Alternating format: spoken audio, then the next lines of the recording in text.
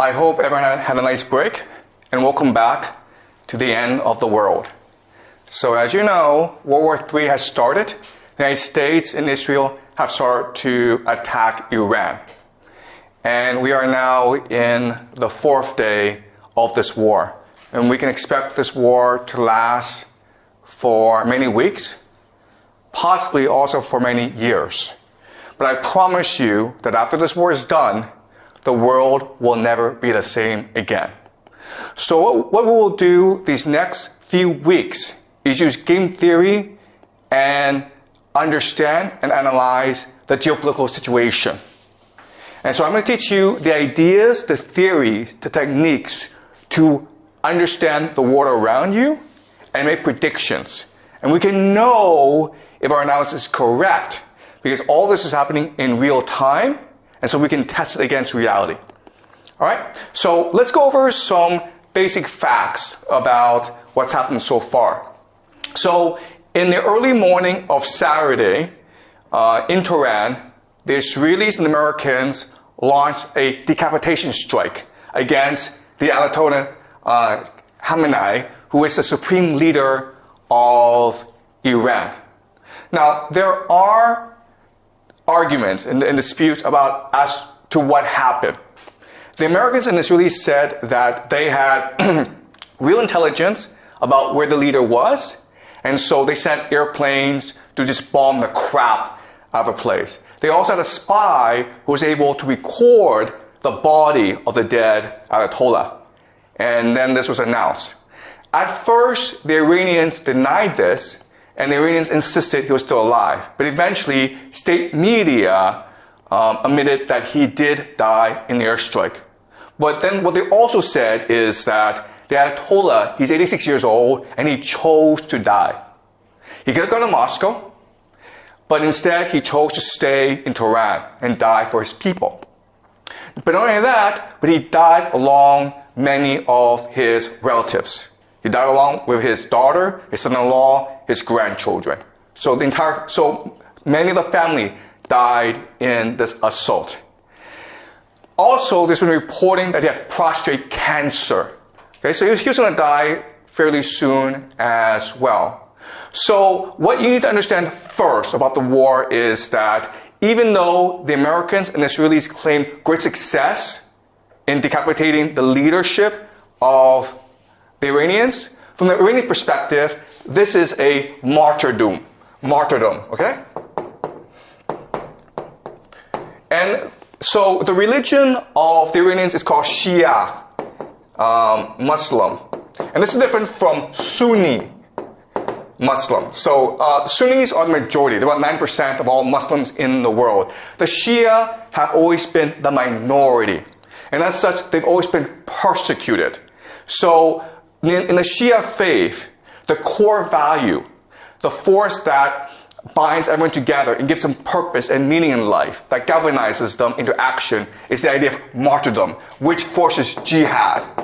You sacrifice yourself for your religion, sacrifice yourself for the common good. So think of the death of Khamenei as a sacrifice, a self-sacrifice, in order to motivate the Iranians in this war, okay? So that's the first thing you need to understand.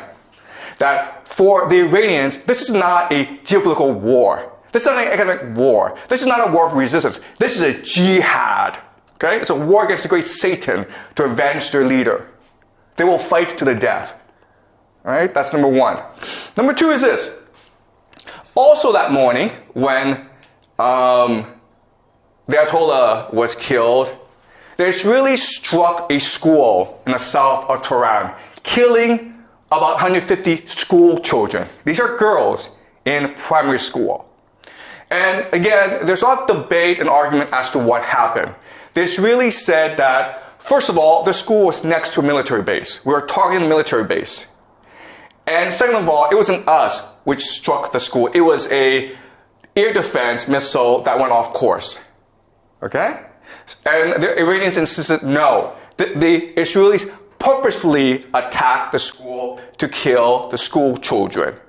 And then you're like, why would the Israelis do that? But then these few years, Well, we've seen what they've done in Gaza, in Palestine, to the Palestinians. And it's pretty consistent what the Israelis have been doing. All right? So this action against the Israelis, it's meant to show to themselves and the world that we are now all in. Okay? We've made the sacrifice. We are now committed to this war, to winning this war at all costs. And this action has also provoked the Iranian people to resist with their full might. Okay? So I want you to keep this in mind. And again, we don't have complete evidence that it's the Israelis who did this, but given past actions from the Israelis, this is fairly consistent with what they've done. Okay? So we can assume that this is something the Israelis did. Why they did this, what the purpose is something we will discuss as we move on. Okay? It's very complicated. Next, I want to show you this. This is Dubai. And Dubai is considered one of the wealthiest, safest cities in the world. There are thousands, tens of thousands of Westerners who move to Dubai because it's clean, you don't pay any taxes, you make a lot of money, and there are great restaurants. And this is really the economic model of Dubai. It's one of the GCC countries, okay? The Gulf coastal countries. And for the longest time, Dubai had a really good deal because they were under the protection of the American military. So they didn't have to pay for defense. And then they were in the Middle East, which is the oil producing center of the world. And so they focus on aviation. They focus on logistics. They focus on finance, on tourism. They became extremely wealthy, right? I'm not sure if you've taken Emirates, one of the best airlines in the world. So their airport, Dubai Airport, is the busiest in the world. And Dubai, for the longest time, was flourishing under American protection. And Dubai said to the world, listen, we're like Switzerland. We're neutral. We don't want any involvement in any wars. We're here just to take care of our citizens, to make sure everyone has a good time, to make money. And then right after the war started, the Iranians attacked the GCC, okay? Dubai, Abu Dhabi, Bahrain, Qatar, Kuwait, they attacked these places. And these places were like, what's going on? We're neutral, man. We're not involved in this war. And the airport was shut down in Dubai.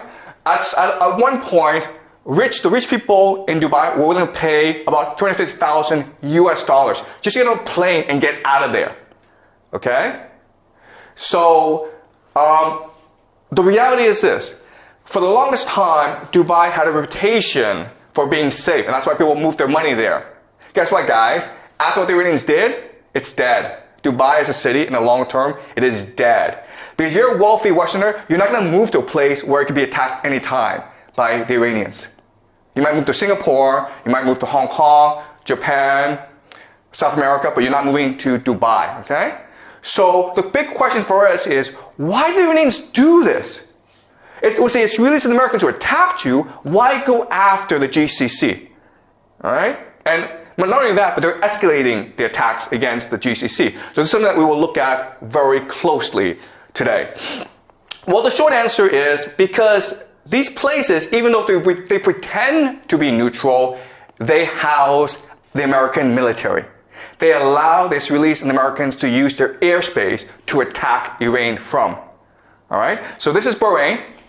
Now, Bahrain is interesting, okay? Because I want you guys to remember this. But Bahrain will probably be one of the major centers of this conflict.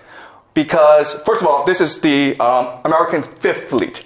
All right? This is their naval base in the Middle East. And as you can see, the Iranians are attacking it with missiles. And it's being blown up. Bahrain is interesting because it has about 50% or even more, okay, Shia, which is the religion of the Iranians. But the people in charge are the Sunnis.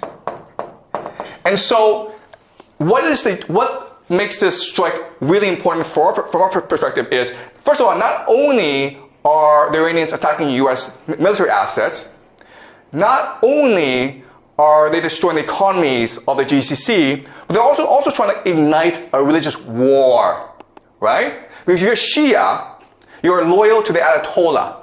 And if he's dead, then you must, as a religious obligation, now commit jihad against your enemies. And it's no different in other religions where, listen, if you want to kill the Pope, the Catholics would be really angry at you and they would want to kill you, right? So now you have the Shia who will probably eventually arise, creating a revolution in Bahrain, okay? So I think Bahrain will be the first to fall. Dubai will probably go bankrupt, okay? But in the long term, we can expect the entire GCC area, including Saudi Arabia, to eventually collapse, okay? And so this is something we'll use game theory to understand.